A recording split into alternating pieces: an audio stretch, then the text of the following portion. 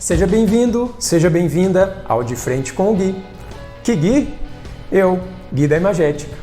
O objetivo aqui é inspirar e direcionar alunos e fisioterapeutas para uma profissão, para uma fisioterapia cada vez mais valorizada e capacitada. Olá, a convidada de hoje faz tudo e mais um pouco. É professora, mãe de 2 gatos, conselheira, orientadora, gestora de um grupo de pesquisa na USP, seguida por mais de 27 mil pessoas no Instagram, e, enfim, conhecida como Mulher Maravilha e não é à toa, como vocês puderão ver.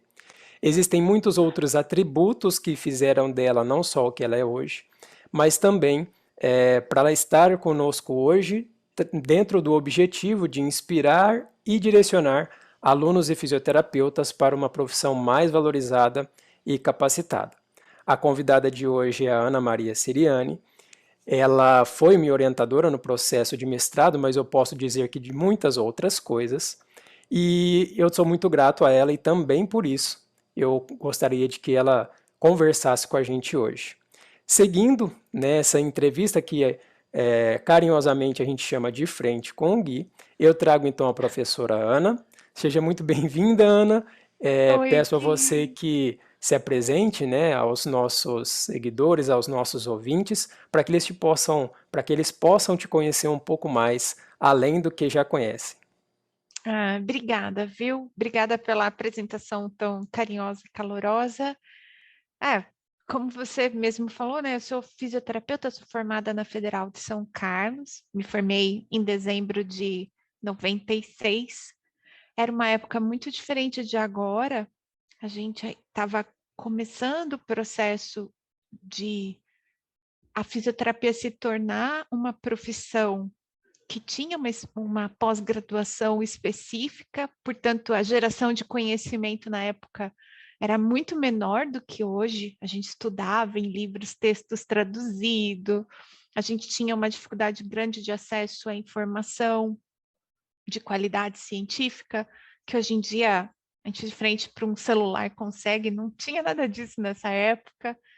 Mas foi muito importante para mim ter me formado na Federal, que sempre foi conhecida como uma universidade que valorizava muito a pesquisa na fisioterapia.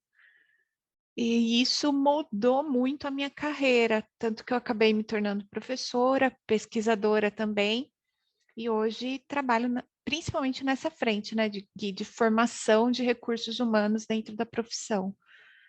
Estou na USP há quase 20 anos já. Ano que vem eu faço 20 anos de USP, mas eu sou docente desde 1997. Foi meu primeiro emprego como professora. Então, já estou na docência há bastante tempo. Muita coisa foi melhorando, eu acho que eu venho melhorando como professora. E acho que é um pouco isso, né? Deixar aí esse legado de formação de recursos humanos para Legal. fisioterapia, acho que é o que eu faço de mais relevante hoje na minha vida profissional. Faltou aquela frase, né? Já tem público aqui de gatinhos que não pode faltar nem aqui nem aí, né? Adoro. Mas faltou aquela sua frase na minha apresentação do que faça o que você faça, sabe fazer melhor e sinta-se completo, uma coisa assim, né? É, E para não dizer a frase de forma errada também, acabou que eu não incluí, mas eu não, vou vejo deixar, então eu muito. falo.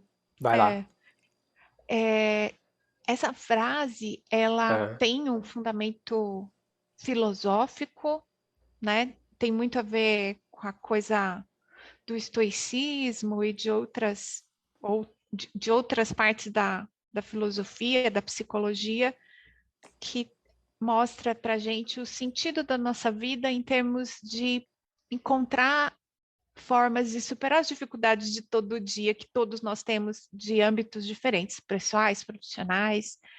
Então, a frase é alguém precisa daquilo que você faz melhor, entregue e sinta-se completo. Essa é uma coisa que eu tento trazer toda semana lá no meu Instagram na segunda-feira, é a frase da segunda. Às vezes tem feriado, eu posto mais uma vez, às vezes quando eu estou muito desanimada, eu posto de novo, e aí o pessoal, eu também estava precisando, obrigada, não sei o quê. mas é um pouco do jeito que eu encaro a minha vida, assim, de me colocar a serviço, porque quando a gente está a serviço dos outros, sobra menos tempo para caraminhola na cabeça, né, Gui?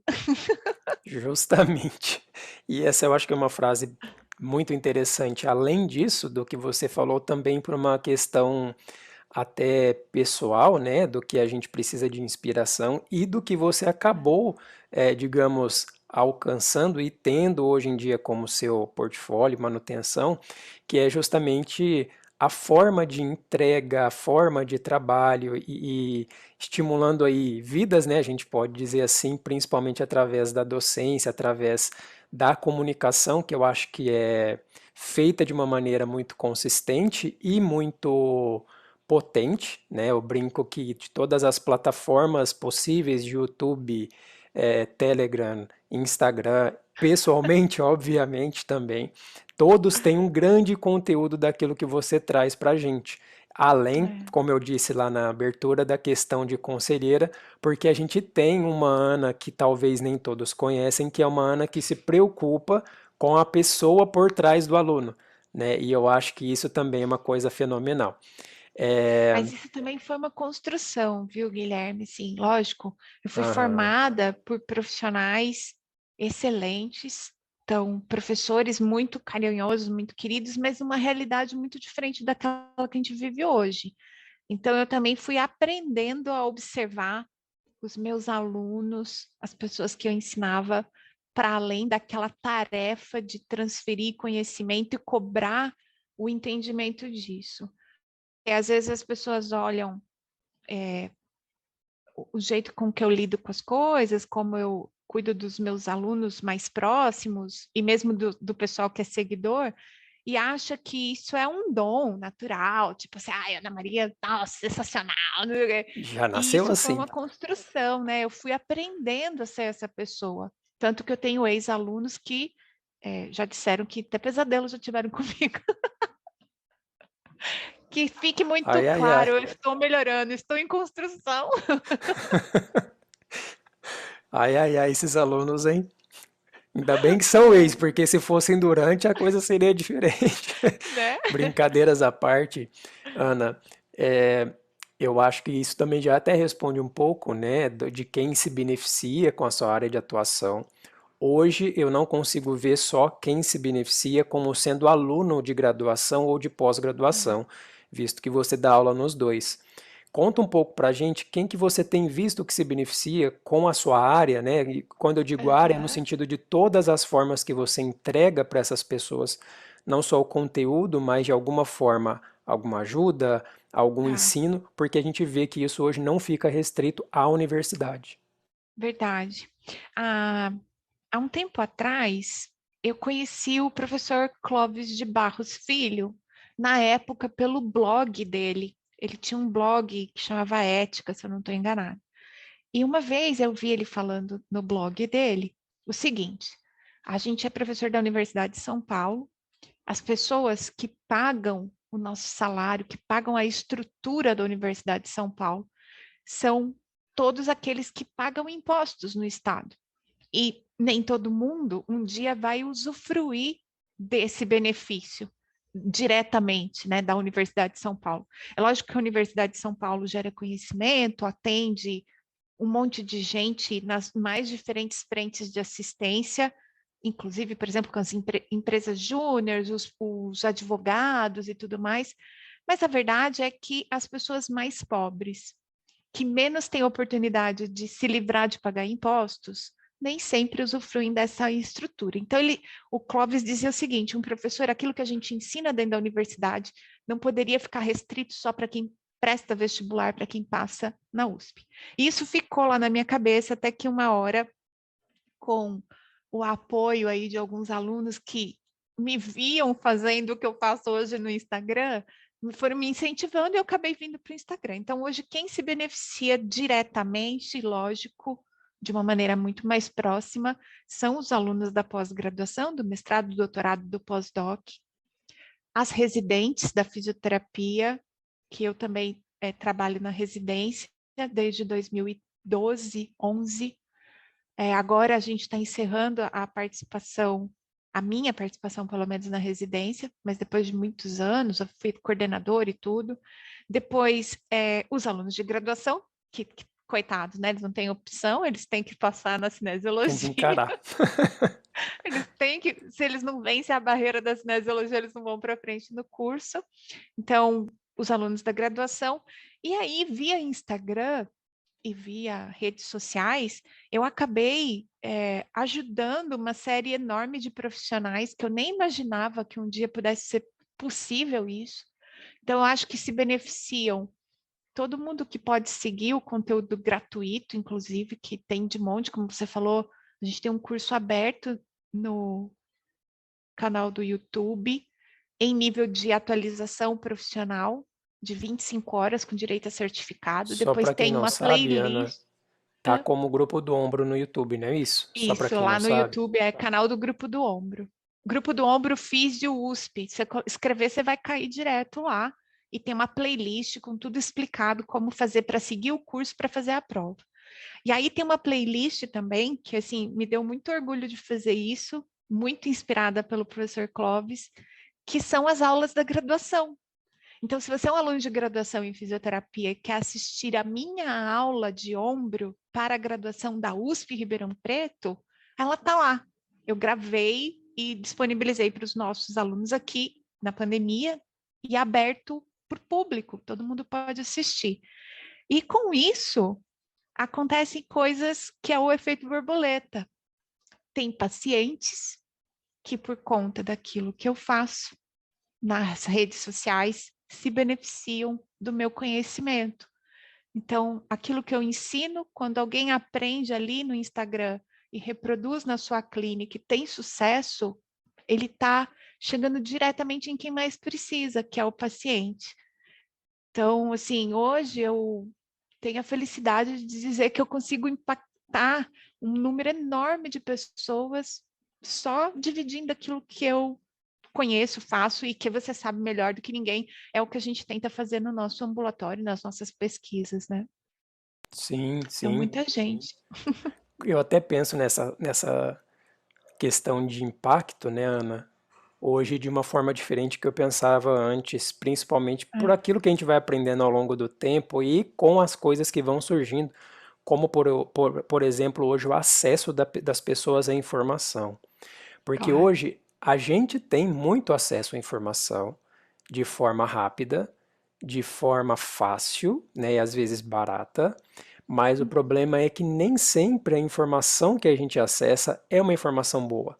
E o que a gente É, vê, por exemplo, nas coisas que você transmite, sempre tem um respaldo, um cuidado para não ser justamente passado de forma errônea, precipitada e assim por diante. é, Então, eu acho que até essa forma de impacto é diferente, né? Que seria relacionada à próxima pergunta, como que essa área ajuda as pessoas justamente nesse aspecto. Você sabe que assim, eu até entendo, Gui, que se eu fizesse uma personagem ali no Instagram mais, sei lá, não quero usar o termo errado, tá? Mas um pouco mais agressiva, se eu fincasse o pé em alguns territórios de coisas que eu acredito, que eu acho que deveriam ser só daquele jeito e tudo mais, eu até teria mais seguidores, porque a gente sabe como é que é isso nas redes sociais, né? Perfis que têm posturas mais Justamente. aguerridas, marcam muito seus valores e tudo mais, ter um número maior de seguidores. Mas eu opto por ser a pessoa que eu sou, que é essa profissional também vinculada à coisa da pesquisa. Então, às vezes chega a pergunta do tipo, o que você acha de determinada técnica? Eu falo assim, gente, eu não acho nada. O que eu faço é ler artigos. Eu vou lá e vejo se tem evidência científica. Neste momento da história, não tem, mas pode ser que depois tenha. Então, às vezes as pessoas ficam assim, achando até que eu estou um pouco em cima do muro para tomar algumas decisões, mas não é. Eu estou me pautando em ciência e no pensamento científico, filosófico, de que o que a gente vê hoje é uma parte da verdade que a gente é capaz de dominar neste momento da história, como já foi antes, quando a gente, por exemplo, tinha uma fisioterapia super vinculada a baixo estresse físico nos tecidos e mobilidade articular e só, né? Então, protocolos super conservadores no sentido de pôr pouco estresse físico nos tecidos. E hoje a gente tem uma fisioterapia muito diferente disso. Então, acho que por isso também, como eu vejo vem acompanhando uma profissão que está mudando muito e muito rápido, numa curva exponencial desde que eu me formei, eu também me sinto responsável de ser um pouco mais cuidadosa quando eu faço algumas considerações. Não porque eu não quero ferir o sentimento das pessoas, mas porque de fato pode ser que eu esteja errada em algum momento da história se eu fincar muito pé em algumas convicções. Então eu tento sempre ser muito professoral, no sentido de estimular as pessoas a buscarem um caminho científico para suas respostas, e também muito pesquisadora, no sentido de assumir só coisas que estão declaradas de alguma forma na ciência, e Sim. sem o prejuízo de entender que na relação terapeuta-paciente, a gente faz o que tem evidência científica e faz também, eventualmente, as coisas que fazem bem para o paciente, porque o princípio é não causar dano. Então, se a gente está trabalhando nesse sentido, está tudo certo. E é interessante porque a gente acaba trabalhando, que a gente ouve muito dentro da pesquisa, que é com a incerteza. A gente trabalha Total. muito, né, com esse quesito do se ainda não foi testado, em tese não funciona. Só que o que a gente mais tem de Não, é. vendável, né, acaba sendo aquilo que isso funciona, isso tira dor, isso É, trata. E a gente que acaba se preocupando muito, justamente como você falou, de, vamos usar a expressão, de ficar em cima do muro, é por isso, é, pelo que a pesquisa nos diz. E eu aprendi isso muito exato. durante o mestrado, né? É. Mas você sabe, Guilherme, que essa é uma coisa que eu tenho pensado muito por conta do meu papel dentro do Centro de Desenvolvimento Docente.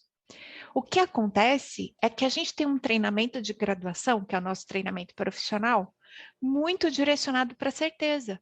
Você vai para Sim, uma prova de anatomia e vamos dizer que tudo bem, topografia, anatomia, inervação, ações musculares, elas são coisas que a gente pode afirmar, né?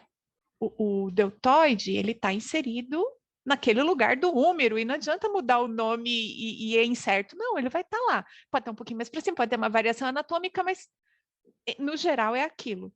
Então, a gente é treinado. Aí chega nos casos clínicos, isso já começa a ficar mais complicado. E aí, se o docente não tem uma estrutura de ensinar para o estudante, que dentro da fisioterapia a gente tem várias opções para a mesma finalidade terapêutica, e que está tudo bem se você sair do meu gabarito, daquilo que eu faria, e aí o que a gente vê? A gente vê um modelo de ensino que não dá liberdade para o estudante de fazer as suas opções terapêuticas e justificá-las na maior parte das vezes. Provas de múltipla escolha, gabaritos super fechados. E tem um negócio muito bacana sobre a autonomia do aprendizado, que é o fato de você ensinar o estudante que para algumas coisas a gente não tem as respostas perfeitas, corretas, e que nem por isso isso deixa de ser importante de ser discutido, muito pelo contrário. necessário demais. Mas o que a gente precisa, mais do que mudar a mentalidade de quem já está formado para uma mentalidade que pensa de maneira científica, onde as incertezas são naturais, é também formar uma nova geração que não é uma geração de gabaritos, aonde não cabe gabarito. E isso não é fácil, porque exige formação do professor, preparo, né? E formação do aluno também, um aluno mais participativo, um ensino mais centrado no estudante. E eu tenho trabalhado muito dentro da minha sala de aula, dentro das minhas coisas, para ajudar as pessoas nesse sentido, porque eu acho que é uma transformação de cultura e de formação E eu dos sou até prova profissionais. disso, né? Dentro das aulas, se eu não me engano, ano retrasado, é que a gente teve a oportunidade de participar de uma aula de disciplina de dor dentro da Uhum. graduação, aula presencial, e dentro dessa aula você acabou ministrando uma experiência, ou seja, questão prática, onde os alunos fizeram ali, por exemplo, uma experiência de olhar no olho do outro sem dizer nada. Ah, você estava lá. É. E essa experiência, por exemplo, para o aluno, ele não tem durante a graduação, mas ela é necessária com o paciente, que é aquele que ele vai intervir no dia a dia. Assim como a disciplina de dor. Eu vou tratar dor, eu não aprendi necessariamente sobre isso na faculdade. Ou seja, né? Isso que você Aham. disse do que o professor ensina e não só do que o aluno tem disponível lá na grade e tal, faz muita É. diferença, porque eu também, eu estava com, na época, o que, 6 anos de formado, eu acho, e eu não tinha tido também uma experiência ou algo que me levasse a pensar sobre aquela experiência e como me comportar naquela experiência e como que é importante na hora do convívio, É. na hora da troca com o paciente, né? Essa atividade que você está comentando, eu aprendi numa aula com o Edmur Paranhos, né? O Edmur fez essa vivência com a gente. Então, ficar um estudante sentado, o outro colocar a cabeça no colo, deitado no chão, e a gente se olha no olho.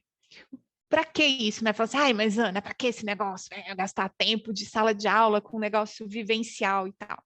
Primeiro, porque a maior parte de nós nunca sofreu de dor crônica. Então, o máximo que a gente consegue é simular uma empatia, né? Tentar ser empático num lugar onde a gente nunca foi, que é muito difícil. Eu até brinquei com isso há uns dias atrás no Instagram, quando eu estava com a boca paralisada, que eu percebi as dificuldades, eu fiz uma anestesia, fiquei com a boca paralisada, as dificuldades de você escovar um dente, de você falar, de você usar um canudo, de você comer, que é típico, por exemplo, para alguém que teve um AVC e está com o rosto paralisado. Então, você não consegue estar nesse lugar sem viver isso. E a mesma coisa para dor crônica.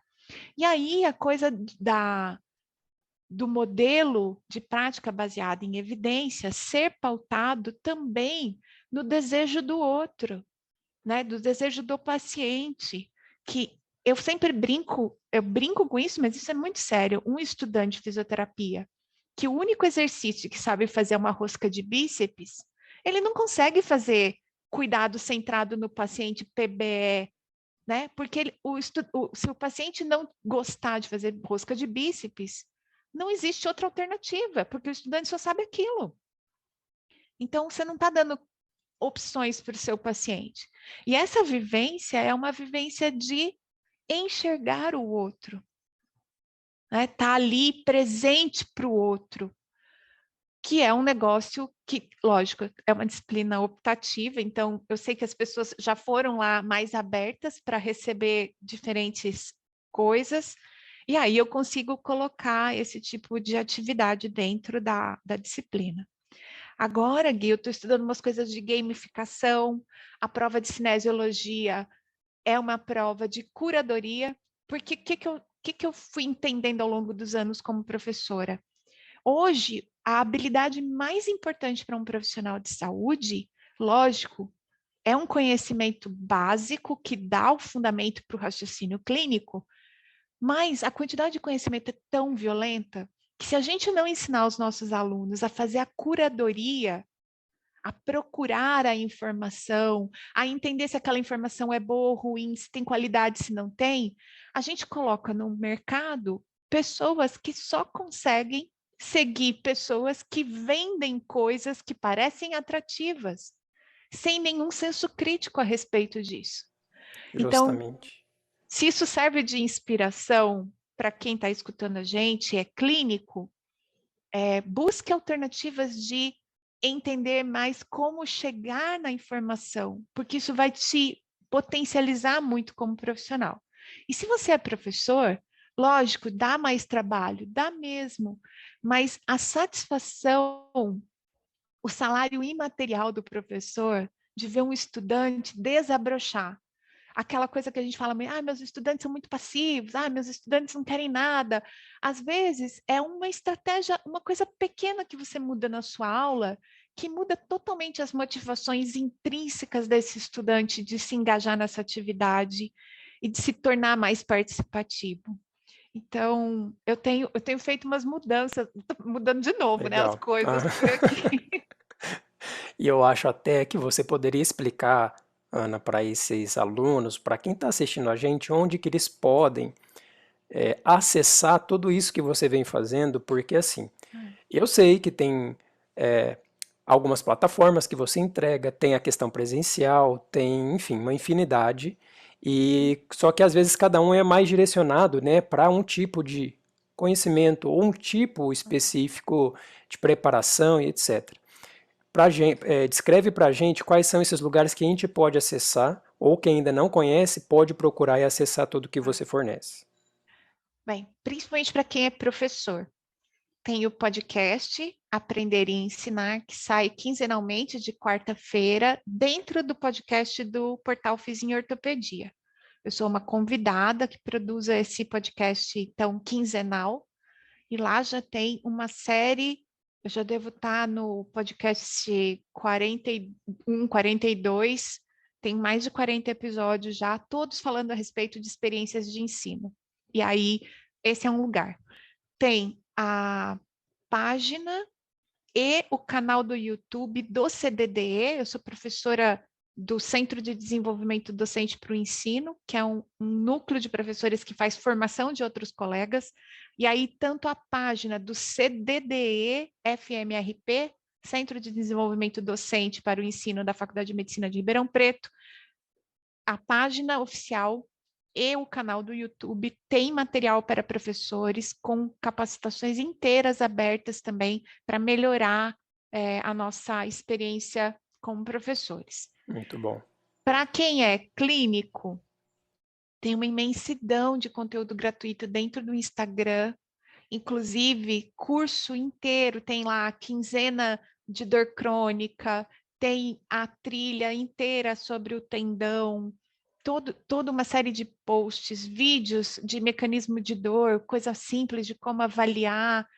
Tem muito material mesmo dentro do Instagram e o canal do YouTube, que tem, como eu disse, um curso de atualização inteiro aberto, tem o curso de graduação, a aula do curso de graduação, e ainda os seminários do Grupo do Ombro. Então, a gente se reúne quinzenalmente, eu gravo a apresentação de seminário, que normalmente é um artigo científico, e vou disponibilizando. Na medida que eu consigo editar, que eu tenho perna para editar e subir, eu vou colocando essas aulas lá no YouTube. Então, assim, quem quiser aprender um pouco de dor crônica, de reabilitação do ombro, hoje em dia não precisa passar aperto, porque Quem inclusive quiser aprender gratuitamente tem muito, muita tem coisa. muita coisa. Eu brinco, né? Muita... A gente fala, quem quiser aprender um pouco, mas se quiser aprender muito, tá lá gravado, veja, Tá lá reveja, também, anote, né? O famoso caderninho também tá lá, vários vídeos é. muito legais que tinham, né, sobre as anotações, é muito bacana saber O disso. tempo que não tinha live ainda, né, Gui? Isso, justamente. E eu não poderia deixar de perguntar, né, antes da gente ir para os finalmente, coisas que todos os alunos, praticamente, quando eu vou dar uma aula em pós, em algum lugar que eles sabem que você foi minha orientadora, é qual é o caminho para chegar até ser um orientado seu dentro do O caminho para o programa meu de. coração Isso, justamente. Como eu faço para acessar Ana Maria Siriani é, para ser um aluno dela de pós? é o seguinte, de preferência, né, tem que ter 20 horas semanais de disponibilidade para poder se envolver na pesquisa científica, porque além das matérias, tem coleta de dados, tem o ambulatório, o nosso grupo tem uma série grande de oportunidades para as pessoas que querem se envolver com o processo do estrito sensu. Eu, infelizmente, não posso orientar iniciações científicas de fora da Universidade de São Paulo, porque a gente tem um número grande de alunos aqui que já ocupa bastante o nosso tempo, a nossa disponibilidade. E aí, se você tem essas 20 horas semanais, tem interesse, quer fazer parte, tem que me mandar um e-mail dizendo as suas, as suas habilidades e a sua motivação. Em geral, eu não digo não para ninguém, né, Gui? Eu vou botando o Né? povo para dentro, depois eu vejo o que eu faço. E hoje, assim, hoje uma grande dificuldade é que, como já tem um pessoal esperando para se matricular, eu provavelmente só vou ter vaga para novas pessoas no grupo lá para 2025. Uhum. Tá ali, Até que matricula, tá, que entre os mestrandos, que sai os doutorando, aquela coisa toda. né? Tá um pouquinho apertado, mas Tá. É sempre, porque sempre até para tem. quem não sabe, né, eu entrei no grupo em 2018, fiquei lá mais ou menos um ano, pescando, Hum, conversando, participando, atendendo, dando aula. Aí na hora que a gente teve uma oportunidade, a gente pôs para tocar e tocou e foi até é, relativamente uma experiência rápida, né? Mas nem por isso não intensa. Ana, para a bom. gente finalizar nossa conversa, que eu já gostei muito, eu sempre peço para um convidado, não mando na pauta, mas pergunto no final, que para ele, como que ele ou o convidado, a convidada, conseguiria resumir para a gente, em uma frase, o que é fisioterapia para ele ou para ela. Bom, Eu sei que é difícil, mas eu tenho me surpreendido com as respostas e eu gostaria que você trouxesse para a gente, assim, de supetão, o que é fisioterapia para é, ti.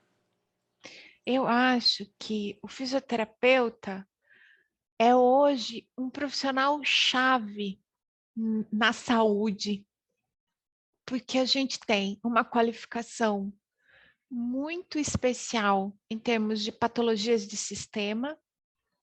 A gente tem nas mãos o exercício terapêutico, que é a base para que depois as pessoas possam fazer atividade física. Então, se você não está conseguindo fazer atividade física, que hoje é a grande forma de você ter uma vida mais saudável e longeva, você passa pela mão de um fisioterapeuta. Então, a gente tem uma profissão que ela é muito estratégica dentro do contexto das diferentes profissões de saúde. A gente não está só na emergência, a gente não está só no momento da, do problema do paciente, a gente está muito responsável por um momento de transição. Profissionais fisioterapeutas que se qualificarem para fazer acompanhamentos de mudança de comportamento para além da restabelecimento funcional, vão ser profissionais muito valorizados. Então, fisioterapia hoje, na minha concepção, é uma das profissões chaves dentro da saúde do humano, sabe? Legal. É importante destacar isso e principalmente ser destacado por alguém que está no patamar que você está hoje, que influencia tanta gente. Eu acho que é importante. Eu vou até brincar, né? Falar para quem for fazer o recorte dessa entrevista, colocar isso repetindo toda semana, para que o pessoal entenda que a fisioterapia é uma chave, tem um papel muito mais importante do que já teve e muito mais do que muita gente É, pensa, e eu acho que isso vai muito dentro do que eu tenho tentado trazer nessas entrevistas, que é justamente inspirar, né, os alunos e fisioterapeutas para a gente ter uma maior valorização, além da capacitação como um todo, é, né? Ana, concordo. finalizando aqui, eu queria agradecer muito esse tempinho que você dedicou para a gente. Agradecer também pelo tempo, né? Eu sempre falo isso dentro do mestrado, dentro daquela caminhada que a gente teve, ainda está caminhando, produzindo aí algumas coisas e também me colocar à disposição para qualquer coisa que precisar, eu estou aqui, tá? Mas muito obrigado novamente. Eu acho que muita gente vai se beneficiar com essa conversa que a gente teve. Ai, tomara. Gui, e eu queria te dar os parabéns pela iniciativa do De Frente para o Gui, porque eu acho que falta um pouco isso também. A gente fala muito de conhecimento técnico, teórico, mas a gente também precisa de inspiração. Então, obrigada de trazer isso para todo mundo. Tamo junto. Muito obrigado mesmo, Ana. Tchau, tchau, pessoal. Até a próxima entrevista de frente com o Gui e corta. É isso aí. Muito bom! Muito